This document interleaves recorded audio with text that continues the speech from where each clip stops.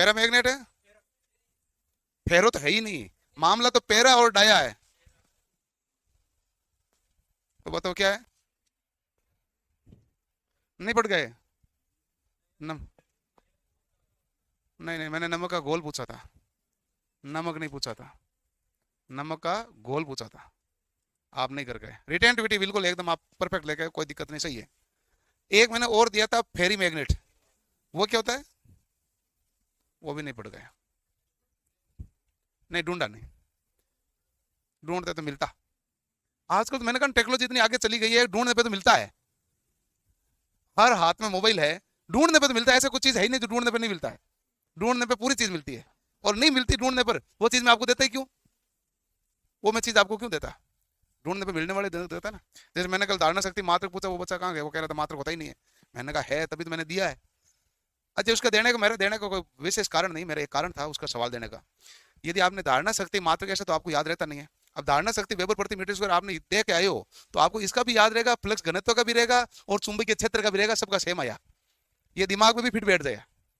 पहला मामला है।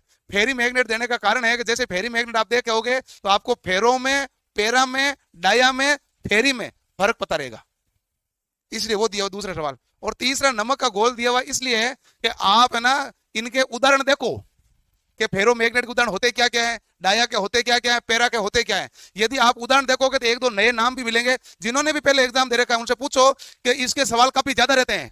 हर बार टेढ़ा मेढ़ा घुमा हुआ एक सवाल आ ही जाता है चुंबक में, कि बताइए कौन सा आता कि नहीं आता। आप देखोगे सवाल इसमें बहुत सारे रहते हैं, तो हमें एग्जाम्पल पता होना चाहिए। जैसे मान लो मैं आपको एक एग्जाम्पल बताता हूँ। सवाल परीक्षा में गए तो पूछा था, बताइए टेंटलम कौन सा पदार्थ है। उससे पहले टेंटलम किसी ने नाम सुना ही नहीं, सीधे उन्होंने जाते वहां क्या पूछ लिया, टेंटलम का। अब आपको जब टेंटलम के बारे में नहीं पता है, तो लोह चुंबकीय है, अणु चुंबकीय है, प्रति चुंबकीय कैसे बताएंगे? एग्जाम्पल देने का कारण है कि आप दो एग्जाम्पल ज्यादा नाम आपको पता चले है। हमें पहली बार आपने क्या, पहली बार एग्जाम में जब सवाल है तो बच्चों ने पूछे, पहली बार ही सुना जो टेंटलम है। अब ये गैलेडिनियम है, ये नाम सही तक आया नहीं, आगे होगा, नहीं आएगा तो ये पहली बार ही सुनेंगे, ये भी नाम होता है? हाँ, कल मैंने लिखा था उसमें, मैंने मृदु लोहा और कठोर लोहा भी अलग अलग लिखाया। ये भी एक सवाल आया हुआ है, बताइए निम्न में से कौन सा मृदु लोहा चुंबकीय पदार्थ है। ऑप्शन में जितने भी दिए हुए हैं सारे लोहा चुंबकीय पदार्थ हैं, सारे कौन से हैं, लोहा चुंबकीय। अब आपको इसमें ढूंढना है मृदु कौन सा है, कठोर कौन सा है, ये भी तो आया हुआ सवाल है। इसलिए उदाहरण पर सवाल बहुत टिके हुए हैं। आप देखोगे तो उदाहरण के कम से कम 10-15 सवाल तो मिलेंगे आपको डायरेक्ट ही, इसलिए जरूरी है। चलो आज हम इसका आगे करते हैं, चुंबक का भाग। और सादृश्य आपने देख ली ना भाई, ठीक, एनालॉजी जरूरी है। अब फटाक से हम आगे वाला भाग कर लेते हैं। सबसे पहला है, वो आप ढूंढना भी, अभी सवाल खत्म नहीं हुआ। जैसे इन्होंने, जैसे मुझे धारणा शक्ति बताया, तो मैंने आपको कहा एकदम ओके है, और ये भी बता दिया किस किस में होता है, ताकि याद रहे। और मेरा कोई सवाल देने का बहुत बड़ा उद्देश्य होता नहीं है। यदि मैंने एक या दो सवाल दिया, मैंने टोटल आपको एक दिन के अंदर 400 लाइन लिखा है, तो 2 लाइन में और लिखा देता। वो देने का वो कारण होता है, कोई भी चीज दी है तो उसका कारण है, और विशेष कारण यही है कि आपको पता होना चाहिए। और ये जो जहां जहां दिया है वहां वहां कंफ्यूजन वाला चीज है, बिना कंफ्यूजन वाली जगह पर मैंने दिया नहीं है। एक्चुअल में क्या है कि पदार्थों का वर्गीकरण में डाया, फेरा, पेरा में कंफ्यूजन रह जाता है कई बार, इसलिए देखना जरूरी है। पदार्थों का वर्गीकरण बहुत महत्वपूर्ण है। दूसरा, आपके मात्रक अलग अलग के बहुत महत्वपूर्ण होते हैं नहीं होते हैं, इसलिए देखना बहुत ज्यादा जरूरी है। चुंबकीय लीकेज, ये कुछ नहीं, बहुत आसान सा है। क्या होता है, जो चुंबकीय क्षेत्र उसमें लीकेज हो गया, और क्या चुंबकीय लीकेज है ना भाई। देखो, टोटल जो फ्लक्स है उनमें से 2 प्रकार का होता है, एक होता है यूजफुल, एक होता है लीकेज। तो यही होता है भाई। तो एफ टी हम क्या लिखेंगे, साथ के साथ ही लिख लो भाई, कुल फ्लक्स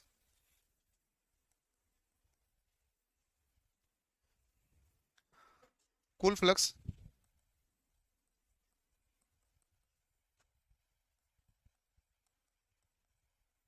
उपयोगी फ्लक्स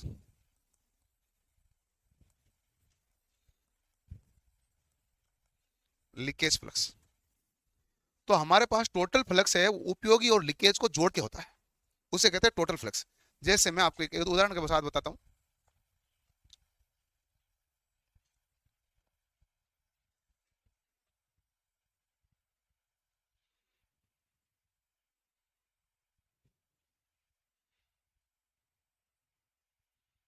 अब देखना ध्यान से आप, यहां पर चुंबकीय फ्लक्स उत्पन्न हुआ, इस चुंबकीय फ्लक्स ने सेकेंडरी कोइल को क्या करा, काटा। काटा तो इसमें ईएमएफ उत्पन्न होगा कि नहीं होगा? बिल्कुल। तो आप जब पूरा ज्यादा से ज्यादा काटा तो आप कहेंगे उपयोगी फ्लक्स तो ज्यादा है और लीकेज फ्लक्स यहाँ पर क्या हुआ? कम। ठीक है।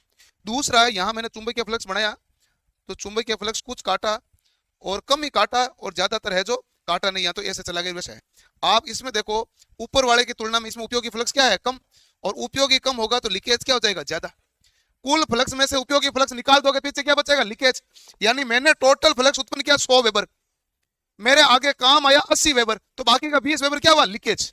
वो मामला है, क्योंकि जितना भी उत्पन्न होगा टोटल का टोटल सेकेंडरी कॉइल को काटेगा नहीं, तो पूरा का पूरा तो उपयोग में होगा नहीं, कुछ ना कुछ क्या होगा? लीकेज। ज्यादा काटा जाए सेकेंडरी को तो उपयोगी ज्यादा, लीकेज कम है। कम काटा जाए तो लीकेज ज्यादा, उपयोगी कम है। करो नोट। लॉजिक समझ आ गया ना भाई?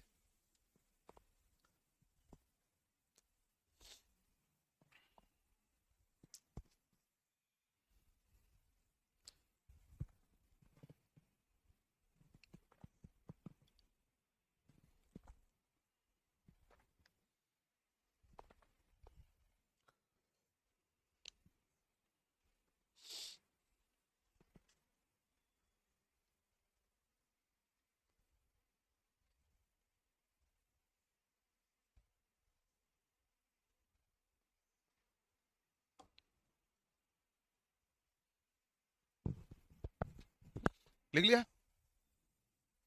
जल्दी करो भाई, जल्दी करो। इसलिए करो क्योंकि ये बचा हुआ भाग थोड़ा ही है, ज्यादा है नहीं, टाइम पे पूरा हो जाए। फिर हमारे पास क्या है कि आज कल और परसों 8 तारीख है ना, वहां तक सुरक्षा स्वास्थ्य भी हो जाए, कॉमन टूल्स भी हो जाए। नहीं तो थोड़ा सा चैप्टर आधा छूट जाएगा तो ठीक नहीं रहेगा। कॉमन टूल्स भी तो बड़ा ही है। को अब देखो भाई, परीक्षा वाले का मूड खराब हो जाए, जैसे लोको पायलट में हुआ था। उन्होंने क्या किया कि नहीं, लोको पायलट हुआ ना, उन्होंने कॉमन टूल्स है जो फिटर के लाके पूछे। ऐसे किया कि नहीं किया? हाँ। पार्ट बी में कॉमन टूल्स, इलेक्ट्रीशियन को इलेक्ट्रीशियन का नहीं पूछे, फिटर के उठा के लाके पूछे कि तुम्हारे तो भी तो चैप्टर का नाम कॉमन टूल है, इधर वाला करो तुम। ये किया उन्होंने, किया है उन्होंने। भरोसा की कुछ भी नहीं होता है। वो तो ठीक है कि अपने पेपर बनाने वाले ठीक है, अपनों को वर्कशॉप कैलकुलेशन के सवाल या ड्राइंग देते नहीं है। यदि इलेक्ट्रीशियन के अंदर वो सवाल देते तो आप मना नहीं कर पाओगे। लोको पायलट में दिए हैं, लोको पायलट दिए, बिहार वाले में आए एग्जाम में सवाल, उसे पिछली बार भी बिहार में आए थे। आगे तो आगे कोई सवाल डिलीट थोड़ी होता है, डिलीट नहीं होता है। चैप्टर में नाम ही नहीं लिखा हुआ, ड्राइंग नाम, ड्राइंग के सवाल पूछे 3 हैं, कुछ भी दे सकते हैं आप, उसमें कुछ नहीं कर सकते। आपके पास एक या आंसर दे सकते हैं, उसके लिए हमारे पास कोई चारा होता नहीं है। और कभी भी उबड़ खाबड़ कर सकते हो, करते हैं अलग अलग एग्जाम, हम देखते हैं ना भाई, कभी किस में क्या किया, कभी किस में किया गया है। अब नॉर्मलाइजेशन थोड़ा इजी कर दिया है, नया फॉर्मूला के साथ नॉर्मलाइजेशन चल रहा है, तो इतने ज्यादा उथल पुथल नहीं बची नॉर्मलाइजेशन की। आपने पिछली भर्ती देखी नहीं, रेलवे 2018 की, नॉर्मलाइजेशन ऐसा होता था 20 नंबर उसके बड़े और उसके 2 बड़े, दोनों एग्जाम साथ ही देने गए, सेम ही शिफ्ट में, ऐसे ऐसे हुए थे। हैं? हैं?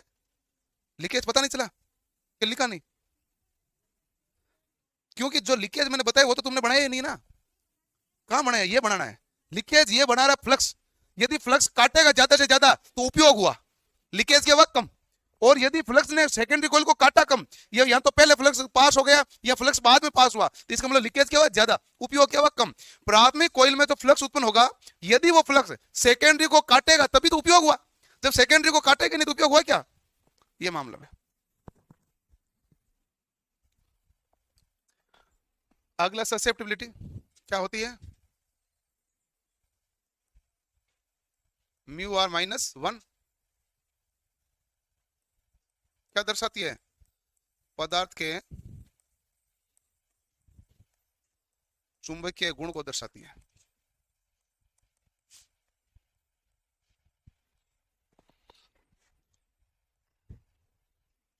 पदार्थ के कौन सा गुण है भाई? चुंबकीय गुण।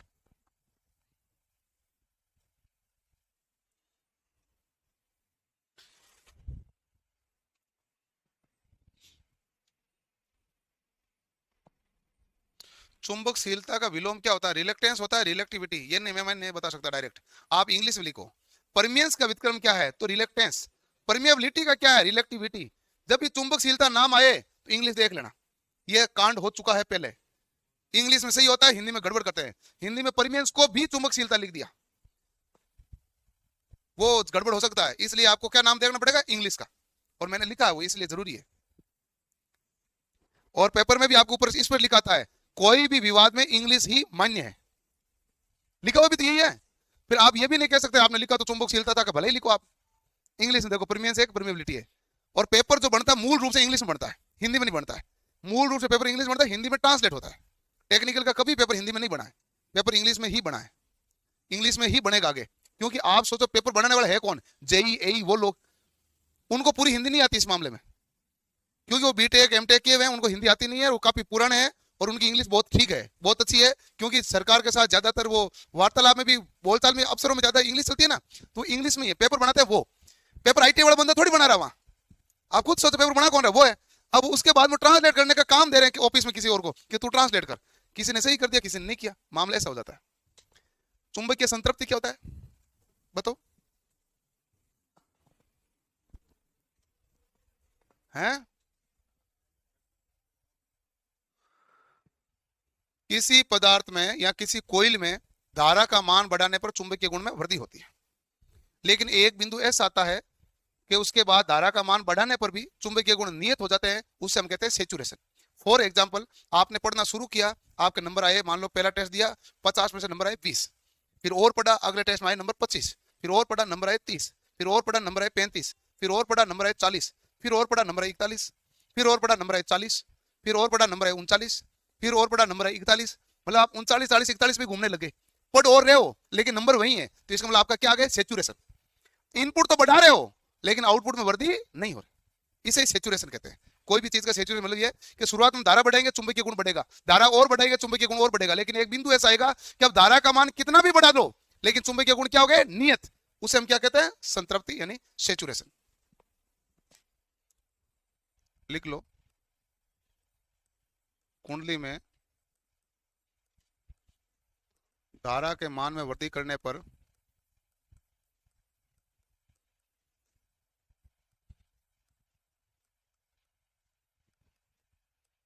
चुंबकीय फ्लक्स में भी वृद्धि होती है।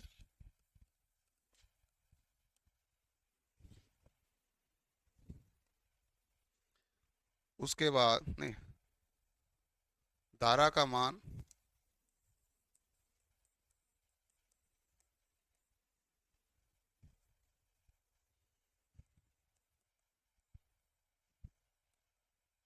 जिस बिंदु से अधिक बढ़ाने पर, जिस बिंदु से अधिक बढ़ाने पर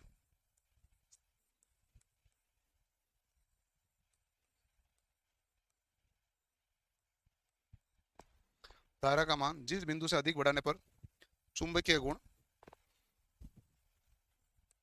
या चुंबकीय फ्लक्स का मान नियत हो जाए,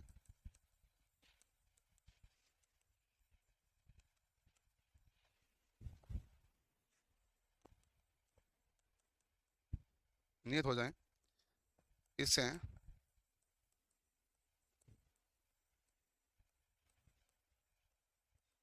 संतृप्त कहते हैं।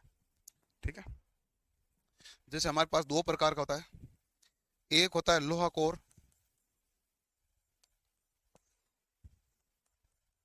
लोहा क्रोड। लोहा क्रोड में आप यदि धारा का मान अधिक बढ़ाओगे तो फ्लक्स का मान क्या हो जाएगा भाई, नियत।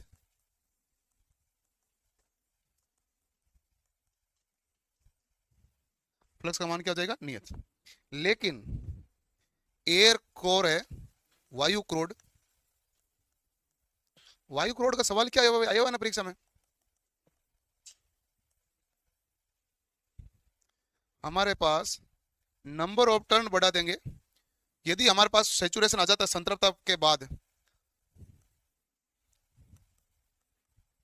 संतृप्तता पर क्या करना पड़ेगा, नंबर ऑफ टर्न यानी चक्रों की संख्या, नंबर ऑफ टर्न बढ़ाने पर फ्लक्स का मान बढ़ेगा।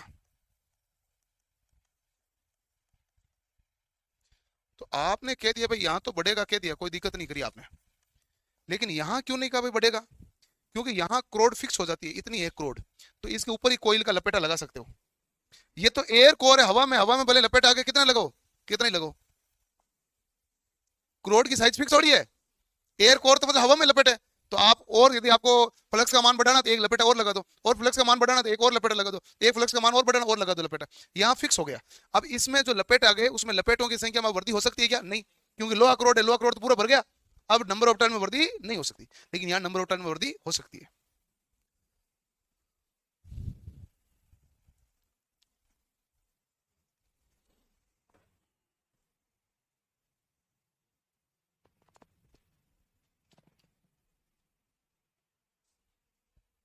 लिख ले।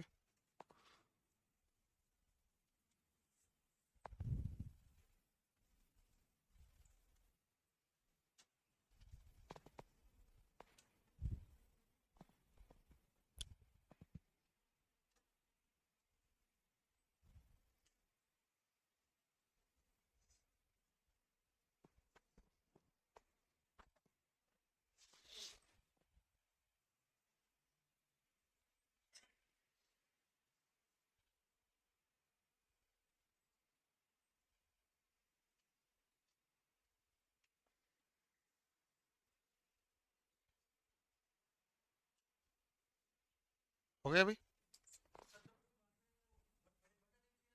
क्या कह रहे हो? सेचुरेशन के बाद में बढ़ता नहीं है, जब क्रोड हमारे पास कोई फिक्स होती है, लोहा क्रोड है तो बढ़ता थोड़ी है, फ्लक्स क्या हो गया? नियत। लेकिन एयर क्रोड का मतलब है कि लपेटे तो हवा में, क्रोड एयर का मतलब है क्रोड के रूप में कौन काम कर रही है? हवा। यानी कि जो आपने कुंडली लपेटी है उसके नीचे कुछ नहीं हुआ, हवा में, उसमें आप एक नंबर ऑफ टर्न बढ़ा दोगे तो फ्लक्स और बढ़ जाएगा, नंबर ऑफ टर्न और बढ़ा दोगे फ्लक्स और बढ़ जाएगा। लेकिन लोहा क्रोड में ऐसी सुविधा नहीं है। लोहा क्रोड में क्रोड तो साइज फिक्स हो गई, उसमें कुंडली जो आनी है वो आ गई। अब इसके बाद में नंबर ऑफ टर्न कहां बढ़ोगे? क्रोड तो फिक्स हो गए ना, अब नंबर ऑफ टर्न आगे बढ़ नहीं सकता है, इसलिए इसमें फ्लक्स नियत होता है। वायु क्रोड में यह सुविधा हो जाती है, और ये वायु क्रोड का सवाल पूछा हुआ है। और वहां ऑप्शन में लिखा वर्तनों की संख्या, ऑप्शन में क्या लिखा हुआ है? वर्तनों की संख्या मतलब नंबर ऑफ टर्न। चक्रों की संख्या कहो, वर्तनों की संख्या कहो, या नंबर ऑफ टर्न कहो, एक ही बात है ना भाई।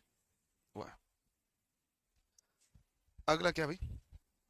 हिस्टेरेसिस। क्या होता है हिस्टेरेसिस? एक छोटा सा भाग में हिस्टेरेसिस का पूरा गुण आ जाना चाहिए। हिस्टेरेसिस काफी ऐसे तो काफी आप देखते हो तो चैप्टर में काफी बड़ा सारा लिखा होता है, एक पेज भरा होता है, लेकिन छोटा सा भाग में पूरा हिस्टेरेसिस आ जाना चाहिए। तो बताओ क्या होता है हिस्टेरेसिस?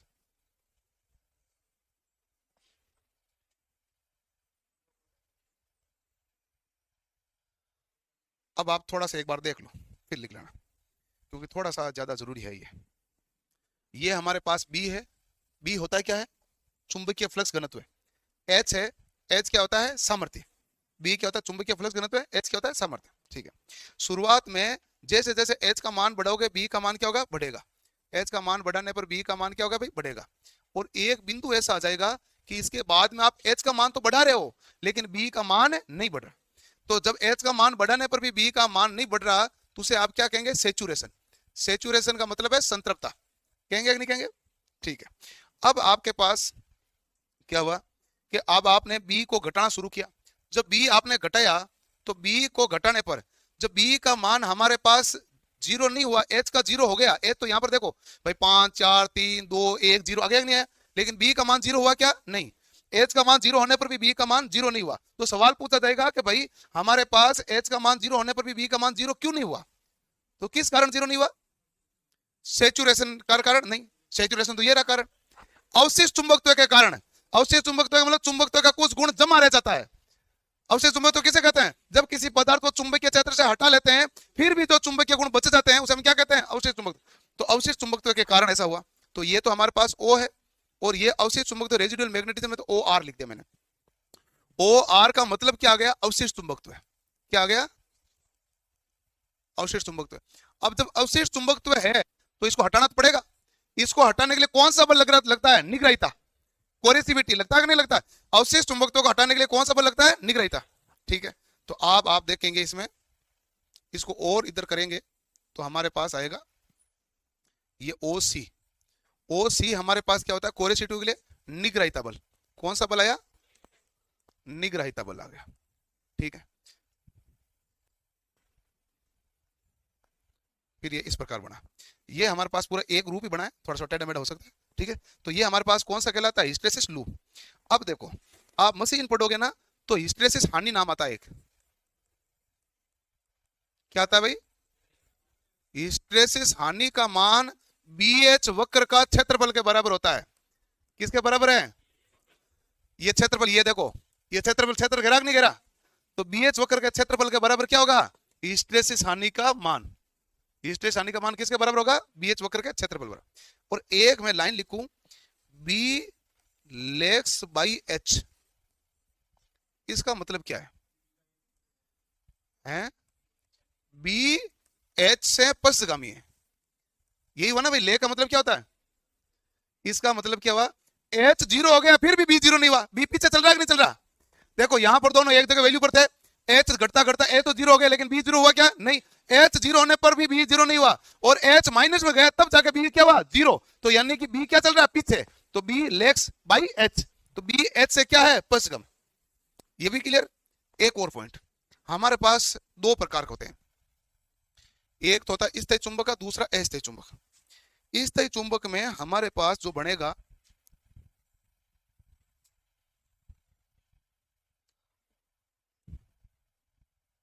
ठीक है, ठीक है, तो ये हमारे पास स्थायी चुंबक है।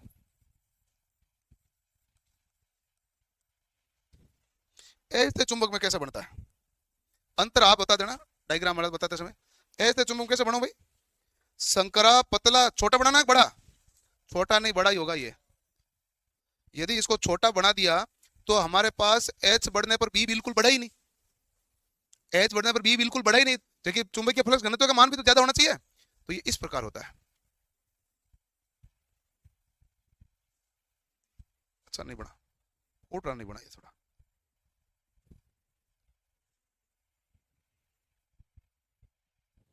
ये समझ लो। तो इसका अस्थायी चुंबक है। पूछे अस्थायी चुंबक में कैसा होता है? अस्थायी चुंबक मतलब नरम लोहे का, पतला एवं संकरा, पतला एवं संकरा, लंबा भी होना चाहिए, लंबाई होनी चाहिए। हाँ, लंबाई होनी चाहिए। ये पतला संकरा एवं छोटा लिख दिया तो गलत गलत है, आया हुआ सवाल ये है। ये क्या होना चाहिए? लंबाई। आप ऐसे बना दो छोटा का मतलब तो ऐसा होगा, इतना सा, ये नहीं होता है, ये गलत है। क्योंकि जब H बढ़ाएंगे तो B का मान बढ़ना तो चाहिए ना, तो बिल्कुल B बढ़ा ही नहीं, तो इसका मतलब फ्लक्स घनत्व तो है ही नहीं। जब फ्लक्स घनत्व तो है ही नहीं तो चुंबकीय गुण काम ही नहीं करेंगे, तो फ्लक्स घनत्व तो होना चाहिए, इसलिए ऐसा होना चाहिए। तो ये स्थायी चुंबक और ये अस्थायी चुंबक। अब बताओ हिस्टैरिसीस हानि किसमें ज्यादा, स्थायी में कि अस्थायी में? अरे जिसका क्षेत्रफल बड़ा है उसमें हिस्टैरिसीस हानि क्या है? ज्यादा। जिसका क्षेत्रफल छोटा उसमें हानि क्या है? कम। करो नोट।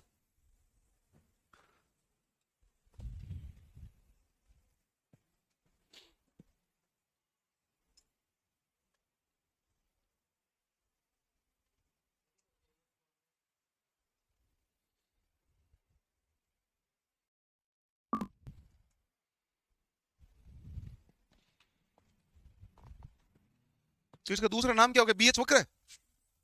B और H में बड़ा ना भाई, BH वक्र लिखा ना नीचे, BH वक्र का क्षेत्रफल, इसलिए हानि बराबर भी क्या हो गया? BH वक्र का क्षेत्रफल है। हिस्टैरिसीस हानि का मान वायु क्रोड में शून्य होगा क्या? बिल्कुल है, क्योंकि हम आगे पढ़ेंगे तो हम ये देखेंगे कि वायु क्रोड सॉरी हिस्टैरिसीस हानि है वो है लोहा क्रोड के कारण। लोहा हानि है उसे का दो भाग होते हैं, एक होता है हिस्टैरिसीस, एक होता है एडी करंट। तो वो तो वहां जाके तो आ जाएगा। ये तो लोहा हानि है। लोहा हानि कोई कोर हानि कहते हैं, लोहा हानि कोई कोर हानि कहते हैं, उसे हम क्या कहते हैं? चुंबकीय हानि।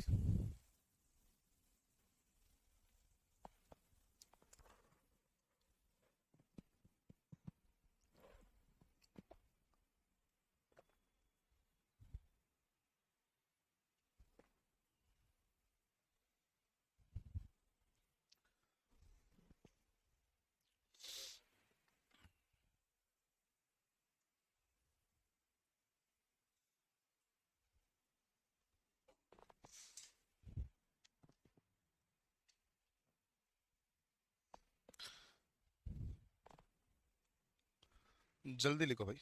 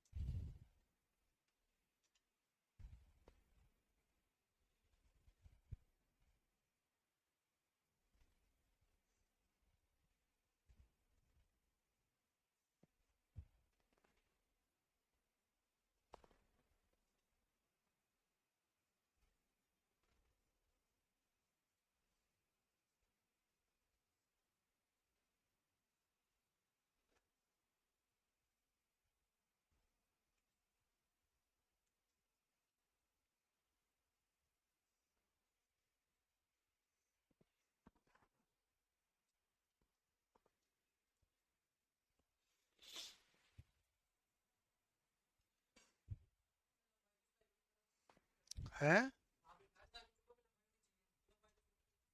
उसमें तो लंबाई भी है, चौड़ाई भी है, सब है, लेकिन ये इसमें चौड़ाई नहीं होनी चाहिए। चौड़ाई जितनी ज्यादा होगी हिस्ट्री हानि क्या होगी, ज्यादा। इसलिए ये पतला, चौड़ा कहां लिखा, पतला, वह लंबा होना चाहिए। पतला का मतलब संकरा ही हुआ। फर्क है ना भाई, दोनों में सेम कहां है। पूरी हिस्ट्री में जो सवाल पूछा जाता है इतना ही है, पूरी हिस्ट्री के सवाल हो जाते हैं। और वैसे देखोगे तो एक पेज 1.5 पेज में लिखा होता है पूरी कहानी।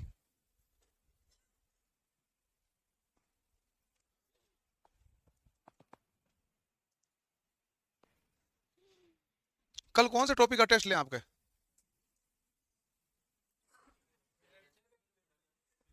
जो आप बोलोगे उसका ले लेंगे भाई। सेल बैटरी ले लें, इसी का, इसी का लेने के लिए पक्ष में कौन कौन हाथ खड़े करना। देखो है ही नहीं, तुम्हारा वोट ही नहीं है, तुम्हारा आईडी खराब है। सेल बैटरी लेंगे, है, सेल बैटरी लेंगे, चिंता नहीं ना। ठीक है भाई, तो कल टेस्ट होगा सेल एवं बैटरी का। 30 सवाल आएंगे और 20 मिनट में हो जाते हैं। लिख लिया भाई, ओके। अगला कौन सा है, सोलेनोइड। सोलेनोइड किसे कहते हैं, परिनालिका, इससे बेलनाकार चुंबक, यहां आप कह दो छड़ चुंबक की भांति कार्य करता है। किस चुंबक की भांति कार्य करेगा, छड़ चुंबक, क्योंकि एक छड़ बनेगी। अब बेलनाकार वाले में, सॉरी, इसमें होता क्या है कि आपके पास क्रोड है, उसके ऊपर आपने कुंडली को लपेट दिया, जब उसमें धारा का प्रवाह कराते हैं तो चारों ओर चुंबकीय क्षेत्र तो बढ़ता ही है, लेकिन अब देखो सभी तरफ बाहर तो चुंबकीय क्षेत्र कम बनेगा, लेकिन अंदर की तरफ चुंबकीय क्षेत्र क्या बनेगा, अधिक। अंदर की तरफ चुंबकीय, क्योंकि सारी कोइल का अंदर तो गुण सबसे ज्यादा है। तो हमारे पास पहला सवाल इसका जो पूछा जाता है, इसमें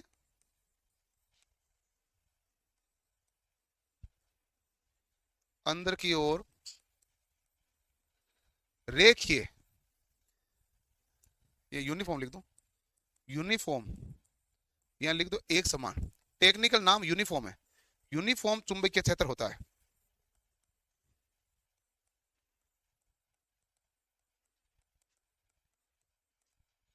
यूनिफॉर्म चुंबकीय क्षेत्र होता कैसा प्रकार का है भाई, रेखीय, एक सीधी रेखा में होता है कि नहीं होता है। इसमें अंदर की तरफ चुंबकीय क्षेत्र मजबूत होगा, बाहर की तरफ, इसमें अंदर की तरफ प्रबल चुंबकीय क्षेत्र,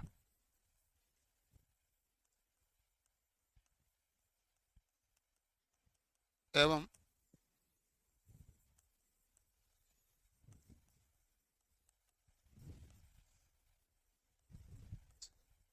बाहर की ओर दुर्बल चुंबकीय क्षेत्र।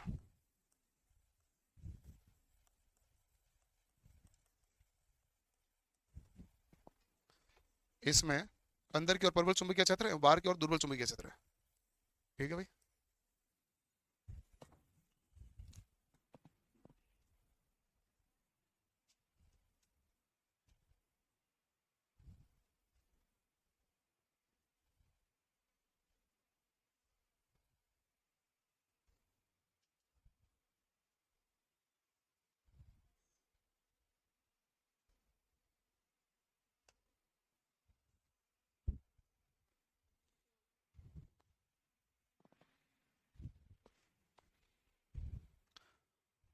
ये सोलेनोइड है।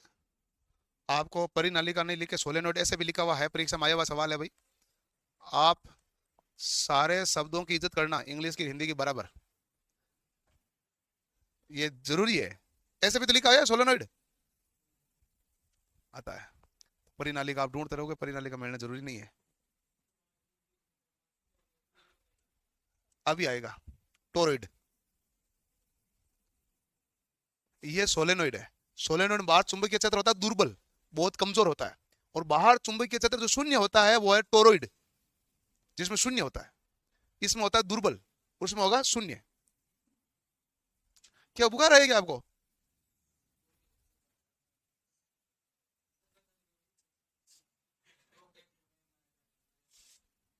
अच्छा माइग्रेन हो रहा है, सर दर्द करता है, ज्यादा दर्द करता है?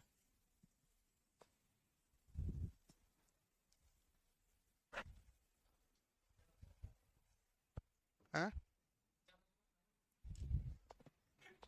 यू मशीन को कैपेसिटी से ज्यादा यूज कर रहा है। हाँ तो मशीन गड़बड़ाएगी, चरमराएगी, अब तो क्या है। यही हो रहा है। लिख लिया भाई, सोलेनोइड जरूरी है। अब ये बढ़ाओगे कि नहीं बढ़ाओगे? नहीं बढ़ाओगे तो पता क्या चलेगा सोलेनोइड होता है आपको, क्या होता है? ये याद थोड़ी रहती लाइन है आपको। मैं बताऊं, रिवीजन के टाइम यही फोटो दिखता है तो आपको कहानी याद आती है। केवल लाइनें पढ़ने से कुछ याद नहीं आता है, फोटो दिखने पर आपको याद आता है कि हमने इसमें क्या पढ़ा, क्या होती है चीज। नहीं तो सोलेनोइड और टोरॉइड आपके लिए एक समान होगा बिना फोटो तो। बढ़ाओ भाई। अभी तो आपको लगा हाँ ये तो समझ में आ गया, कोई बात नहीं, लेकिन रिवीजन के टाइम में पता नहीं चलता कौन सा सोलेनोइड है कौन सा टोरॉइड है।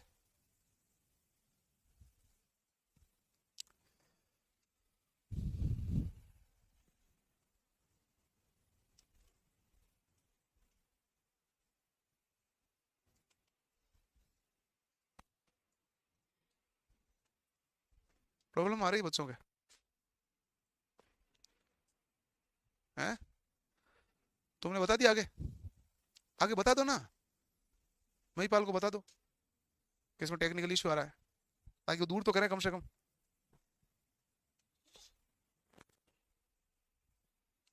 हो गया भाई? ठीक है। अब पड़ोसी को दे के बना लो आप। अगला कौन सा है? टोरॉइड। ये होता है टोरॉइड। टोरॉइड एक कौन से आकार के? रिंग आकार का। सोलेनोइड कौन से आकार का? छड़ आकार का। तो आज सबसे पहले तो आप कहोगे रिंग आकार का होता है।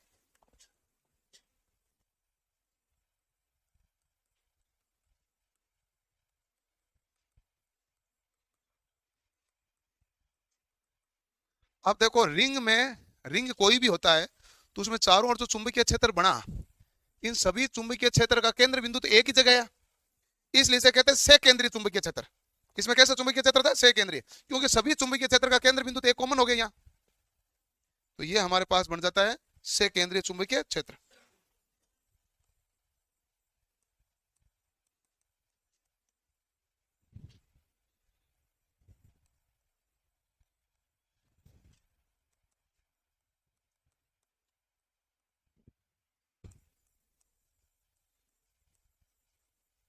इसका अंदर चुंबकीय क्षेत्र क्या होता है भाई? तो आप कहेंगे परबल होता है।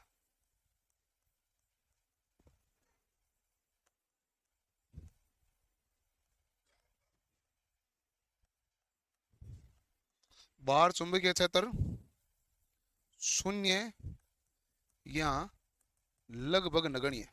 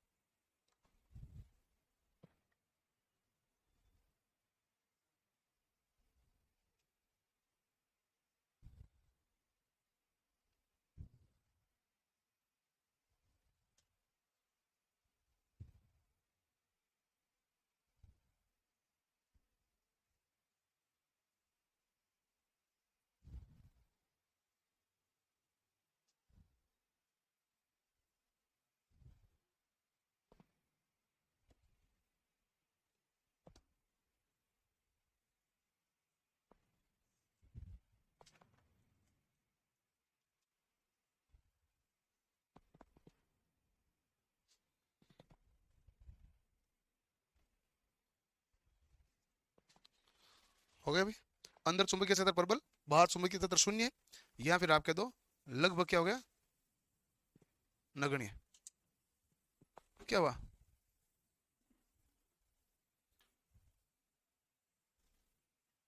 इंटरनेट नहीं आ रहा तुम्हारे? तो कैसे पता चलेगा आपको? वो करो स्पीड टेस्ट, लिखो वेबसाइट, उसमें आ जाता है, इंटरनेट की स्पीड आ जाएगी। हाँ, ऊपर वाले इसमें गो पर क्लिक करो।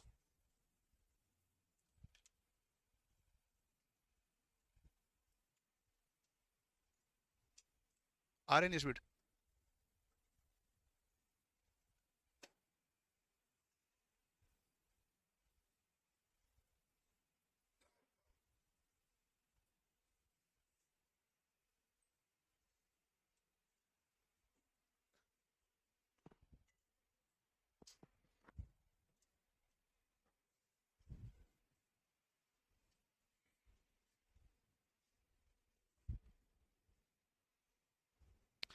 अरे प्रॉब्लम आ क्या रही है?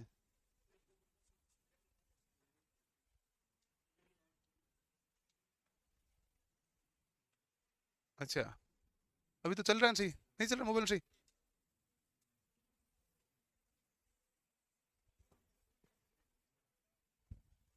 ओके, अगला हमारे पास आता है नेक्स्ट, फेराडे के विद्युत चुंबकीय प्रेरण के नियम। फेराडे ने विद्युत चुंबकीय प्रेरण के कितने नियम दिए भाई? दो नियम। कौन से हैं? पहला नियम और दूसरा नियम। इसने तो ऐसे दिया है, फेराडे ने जितने भी नियम दिए हैं, नहीं ये भी तो फ्लेमिंग का है। फेराडे ने नियम जितने दिए उनका नाम होता है पहला नियम और दूसरा नियम। है क्या था? चुंबकीय कीपर। चलो मैं बता देता हूँ, आपने पूछ लिया तो।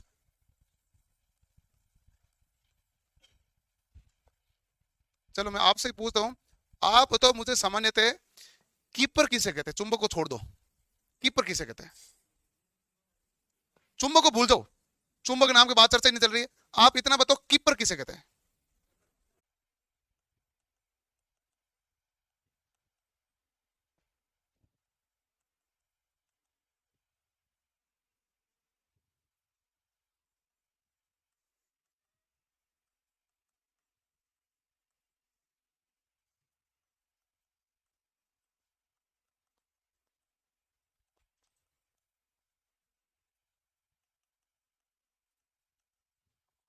धारावाही चालक में उत्पन्न विद्युत वाहक बल का मान फ्लक्स परिवर्तन की दर के समानुपाती है। तो हमारे पास फेराडे ने कितने नियम दिए? दो नियम। पहला नियम क्या है? चुंबक के अक्ष के लंब तल को काटने वाली बल रेखाओं की संख्या में परिवर्तन होने पर चालक में ईएमएफ उत्पन्न होगा। और दूसरा है कि धारावाही चालक में उत्पन्न विद्युत वाहक बल का मान फ्लक्स परिवर्तन की दर के समानुपाती है। तो दूसरा हमारा ये कहता है, तो ई समानुपाती क्या हो जाएगा भाई? D phi by D T. हमारे पास यही फेराडे का नियम है, ई समानुपाती D phi by D T. किसका नियम है? फेराडे का। और जैसे ही हमारे पास ऐसा लिखा हुआ है ई बराबर minus N D phi by D T, अब ये नियम फेराडे का नहीं है। यदि ऑप्शन में लेंज है तो नियम किसका हो गया? लेंज का नियम। लेंज का नियम क्या होता है भाई? उत्पन्न होने के कारण का विरोध करना। जैसे हम आर्मेचर रिएक्शन नहीं देखते हैं, और जो उत्पन्न होने के कारण विरोध करना, लेंज का नियम। इसी पर हमारे पास सिंगल फेज इंडक्शन मोटर काम करेगी। किस पर करेगी? लेंज के नियम पर। ये कहता है उत्पन्न होने के कारण का विरोध करना।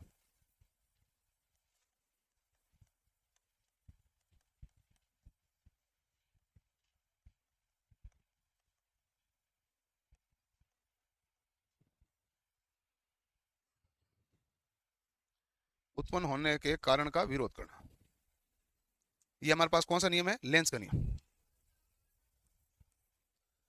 प्रथम नियम और द्वितीय नियम। पहला नियम, चुंबकीय अक्ष के लंब तल को काटने वाली बल रेखाओं की संख्या में परिवर्तन होने पर चालक में ईएमएफ उत्पन्न होगा।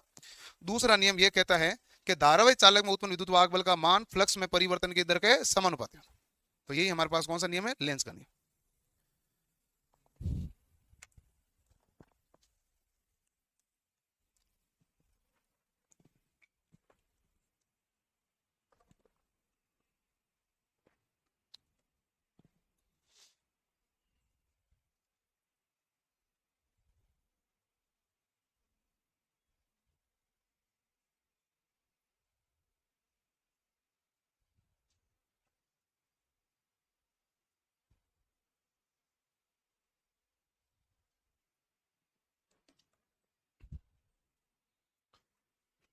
हो गया भाई?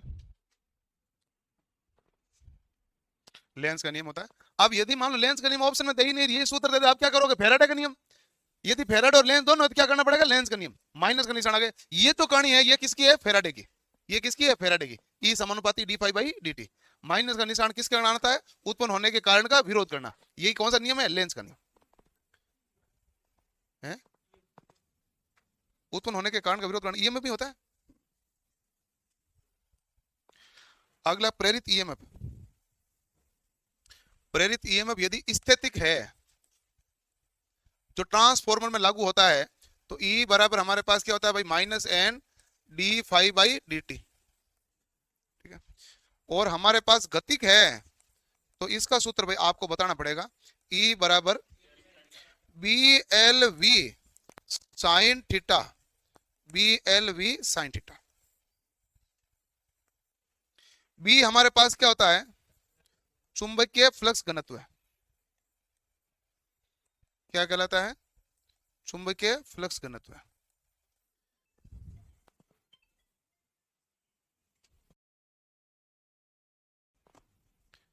एल हमारे पास क्या कहलाता है? चालक की लंबाई।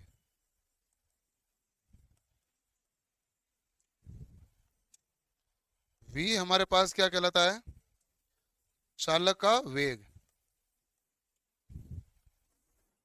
साइन थीटा क्या होता है?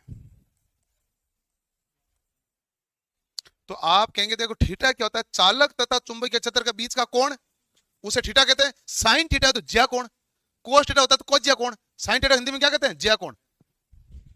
तो आप कहेंगे चालक तथा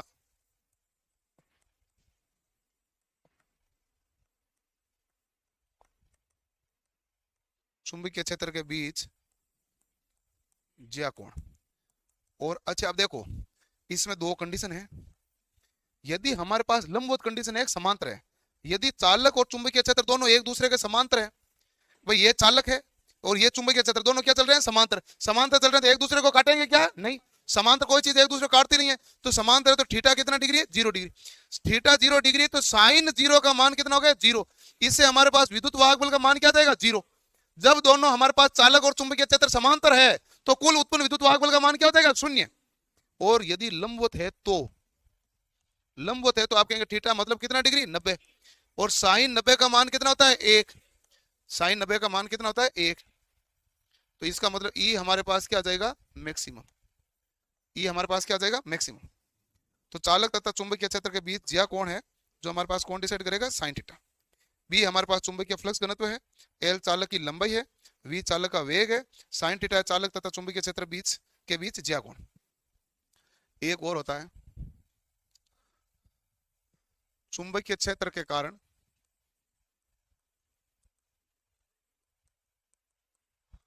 चालक पर लगने वाला बल।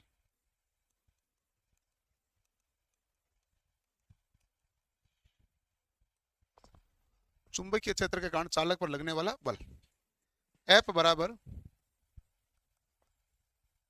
B I L sine theta. बाकी सब कुछ सेम ही है। आई हमारे पास क्या होती है? प्रवाहित धारा। आई क्या होती है? यदि धारा ज्यादा है तो फ्लक्स भी क्या बनेगा? ज्यादा। इसलिए चालक पर बल क्या लगेगा? ज्यादा। क्योंकि ऐसी मोटर इसी सिद्धांत पर कार्य करती है कि चारों ओर चुंबकीय क्षेत्र बनता है और चुंबकीय क्षेत्र के कारण स्टेटर के चुंबकीय क्षेत्र में रोटर पर बल लगता है जिसके कारण रोटर घूमता है। इसलिए हम कहते हैं एनआर की स्पीड सदैव एनए से कम होती है। वो इसी कारण होता है। हाँ, रोटर की गति सदैव स्टेटर की गति से कम होती है नहीं होती है? ये चुंबकीय क्षेत्र गति से कम होती है क्योंकि रोटर चुंबकीय क्षेत्र के कारण गति कर रहा है। तो ये चुंबकीय क्षेत्र का बल है जिसके कारण रोटर गति करेगा।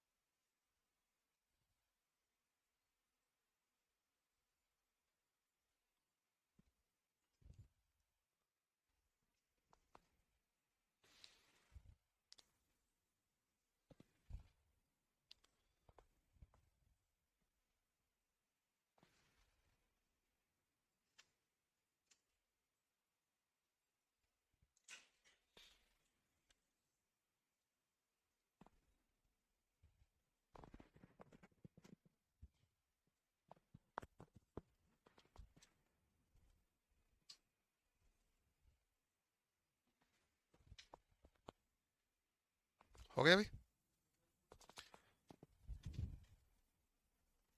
अब इसमें आप ध्यान रखना, आपको बल पूछा तो बी आई एल है और ईएमएफ पूछा तो बी एल वी है। इधर उधर मिक्स मत करना, दोनों अलग अलग है। धारा प्रवाहित हो रही है तो बल लगेगा और चुंबकीय क्षेत्र है और चालक को घुमा रहे हो तेजी से तो इसमें क्या उत्पन्न होगा? ईएमएफ।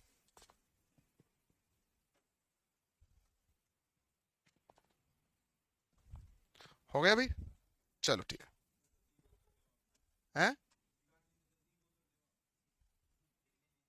मैं लिखना बहुत टाइम देता हूं। आप मेरे हिसाब से कई सालों बाद पेन उठाया आपने, इसलिए आपकी स्पीड बहुत धीमी हो सकती है। नहीं नहीं नहीं, ये मैं जो करता हूँ नहीं, ये आगे वालों को देख के करता हूँ।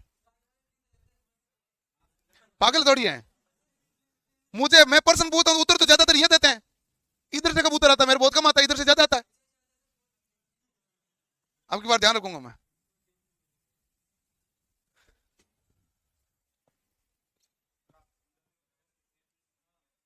नहीं नहीं, मैं ऐसे कहता भी नहीं, मैं तो उसके बाद टाइम देता हूँ ना।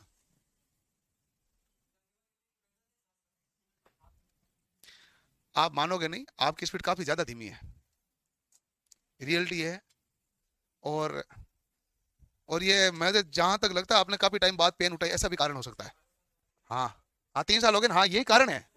इसको आगे वालों को ऐसे दोष दे रहे हो। लंबे समय बाद पेन उठाते हैं ना, तो वो क्या कर कई बार है लिखते रुक जाते, किधर मुड़ना है। ऐसा होता है, ऐसा होता है भाई, ये रियलिटी है। रुकना पड़ता है, मुड़ना किधर, ऐसे बहुत समस्या रहती है।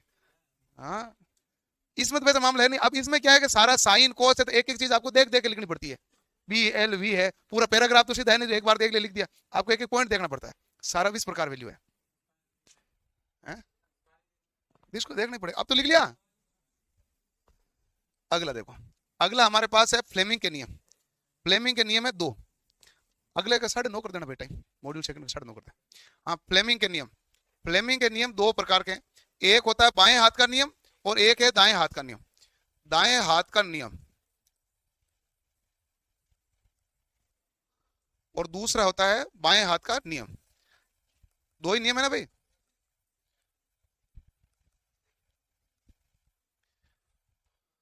अब आपको ये पता है कि दाएं हाथ का नियम मोटर के लिए लगता है, जनरेटर के लिए? जनरेटर के लिए। अब जनरेटर में आप विद्युत ऊर्जा देते हो कि यांत्रिक ऊर्जा देते हो? यांत्रिक ऊर्जा देते हो। तो प्राप्त क्या करते हो? विद्युत ऊर्जा। तो आप इससे क्या ज्ञात करोगे? ईएमएफ की दिशा। क्या ज्ञात करोगे? तो ईएमएफ की दिशा ज्ञात करने के लिए, ईएमएफ की दिशा ज्ञात करना, इसके लिए कौन सा नियम लगेगा? दाएं हाथ। और मोटर में आप ये बाएं हाथ का नियम किस में लगता है? मोटर में। मोटर में आप क्या देते हो? विद्युत ऊर्जा। विद्युत ऊर्जा देते हो तो ज्ञात क्या करोगे? यांत्रिक ऊर्जा। यांत्रिक ऊर्जा में आप यही देखोगे ना भाई, चालक किस दिशा में घुमा, तो चालक की गति की दिशा, चालक के गति की दिशा। सवाल यही पूछा जाता है, सबसे इंपॉर्टेंट पूछा जाए कि आपको ईएमएफ की दिशा ज्ञात करना, कौन सा नियम लगेगा? दाएं हाथ। और चालक की गति की दिशा ज्ञात करना तो बाएं हाथ, क्योंकि चालक की गति की दिशा किसमें ज्ञात होती है? मोटर में। और ईएमएफ की दिशा किसमें ज्ञात होती है? जनरेटर में। अब हमारे पास क्या होता है, चाहे फ्लेमिंग का दाएं हाथ का नियम हो, चाहे बाएं हाथ का नियम हो, ये है हमारे पास अंगूठा, ये अंगूठा। अब देखो, ये हमारे पास तर्जनी, ये दोनों सेम है, लेकिन ये दोनों चेंज हो गई। ये इस दिशा में जा रही है, तो ये कौन सी दिशा में जा रही है? इस दिशा में। डायरेक्ट चेंज है कि नहीं है? एक है इनवर्ड तो एक है आउटवर्ड, दोनों डायरेक्शन चेंज है। बाकी अंगूठे का डायरेक्शन चेंज है क्या? नहीं। चुंबकीय तो ये चुंबकीय तो इसकी डायरेक्शन सेम है, लेकिन जो ये मध्यम उंगली है, इनकी डायरेक्शन आपस में क्या होगी? उल्टी। बाकी सब कुछ सेम है। तो ये तो एक है हमारे पास दाएं हाथ का नियम, और एक है बाएं हाथ का। तो पूछे अंगूठा क्या बताता है? अंगूठा होता है चालक की गति। इधर भी लिख दोगे अंगूठा चालक की गति। अगला है तर्जनी। ये हमारे पास क्या कहलाती है? तर्जनी, या फिर इसको कहते हैं इंडिकेटिंग फिंगर, या 4 फिंगर। तो ये हमारे पास तर्जनी है। ये चुंबकीय क्षेत्र की दिशा बताती है, चुंबकीय क्षेत्र की दिशा।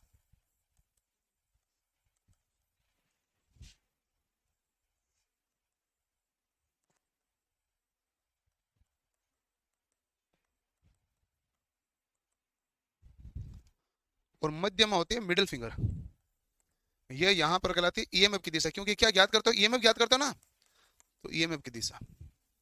और यहां पर क्या होता है? मध्यमा के अंदर आप धारा प्रोवाइड करते हैं, तो आप कहेंगे धारा की दिशा। ये जो आपके पास होती है आपस में कितने डिग्री पर होती है भाई? 90 डिग्री। तो परस्पर कितना डिग्री होता है? तो परस्पर 90 डिग्री होता है। परस्पर कितना डिग्री होता है? 90 डिग्री।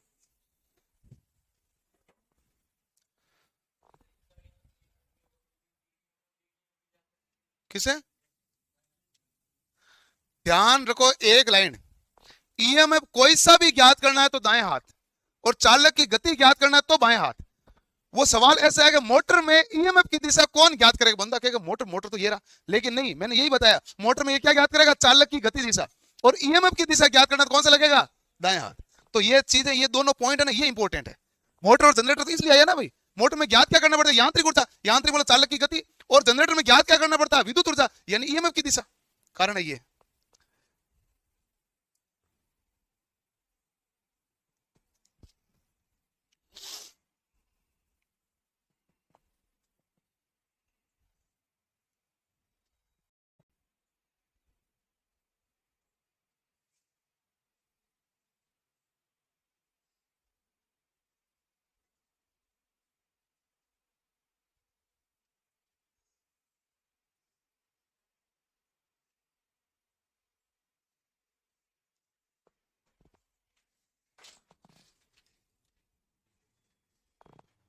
चालक की गति की दिशा अंगूठा बताता है, चुंबकीय क्षेत्र को कौन बताता है? तर्जनी। ईएमएफ की दिशा, धारा की दिशा कौन बताता है? मध्यमा। ये है फ्लेमिंग के दाएं हाथ का नियम, ये है फ्लेमिंग के बाएं हाथ। तो दायां और बाएं हाथ के नियम को आपको ध्यान रखना है।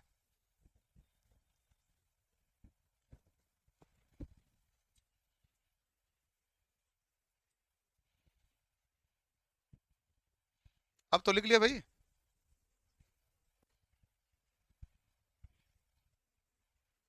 हमारे इधर के 3-4 लाइनों वालों, 5 लाइनों वालों सबने लिख लिया है कि ये कोई नहीं पढ़ते हैं क्या? क्यों लिखते हैं?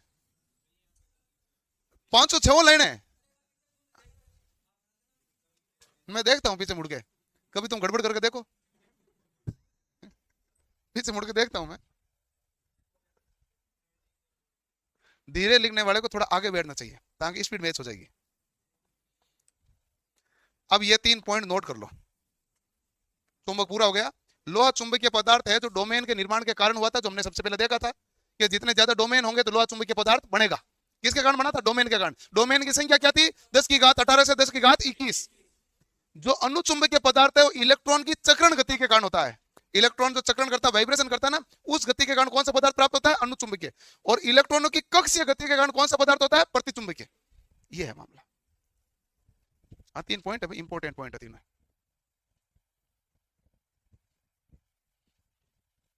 इसी के साथ ये चैप्टर हमारा समाप्त होता है और मॉड्यूल 1 भी समाप्त होता है।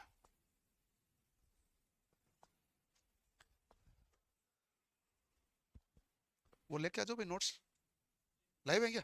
ठीक ठीक।